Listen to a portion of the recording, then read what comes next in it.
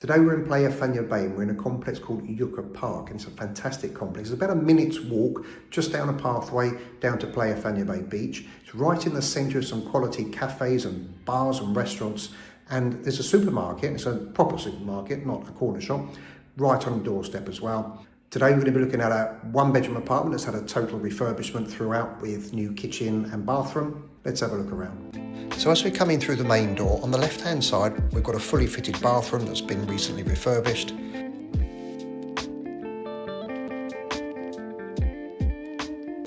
And then just across the entrance hall, we've got our bedroom.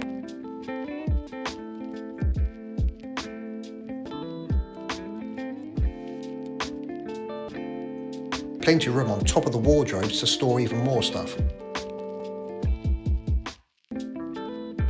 Back out into the hallway and straight into the lounge kitchen area. This kitchen was refurbished, believe it or not, 15 years ago, and it still looks as if it was done just a couple of years ago.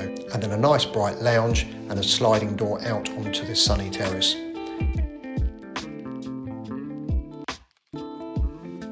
You'll get the sun in the morning on this terrace until late afternoon.